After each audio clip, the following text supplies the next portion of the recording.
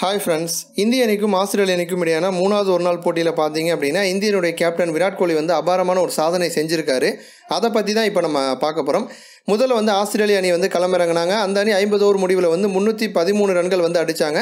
அடுத்து இந்திய அணி வந்து களமிறங்கினாங்க. இந்திய அணியில் வந்து ஓப்பனிங் வந்து சரியில்லை. ஷிகர் தவன் மற்றும் ரோஹித் சர்மா 2 பேருமே சரியாக விளையாண்டுருக்க மாட்டாங்க. அதே மாதிரி வந்து அம்பத்தி ராயுடும் சரியாக விளையாண்டுருக்க மாட்டார்.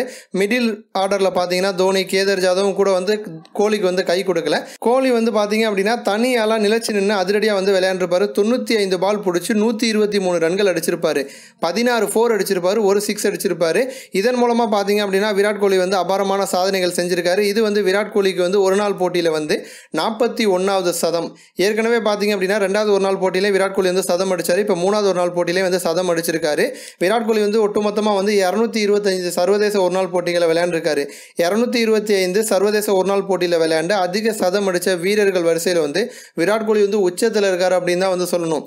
225 ஒரு நாள் போட்டியில் விளையாண்டு அதிக சதம் அடித்த இந்திய வீரர்கள் அப்படின்னு பார்க்கும்போது சௌரவ் கங்குலி 21 சதம், ரோஹித் சர்மா 22 சதம், சச்சின் வந்து 23 சதம், விராட் கோலி 41 சதம். சர்வதேச அளவுலையும் பார்க்கும்போது ஏபி டிவிலியர்ஸ் வந்து 25 சதம் மட்டும் தான் அடிச்சிருக்காரு. கோலி 41 இருக்காரு. ஸோ யாருமே கோலி கிட்ட நெருங்க கூட முடியல.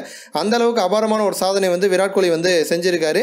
இன்னமும் வந்து விராட் கோலி பல சாதனைகள் செய்யணும், சச்சினோட சாதனைகளை முறியடிக்கணும் அப்படின்னு அவருடைய ரசிகர்கள் வந்து எதிர்பார்க்குறாங்க.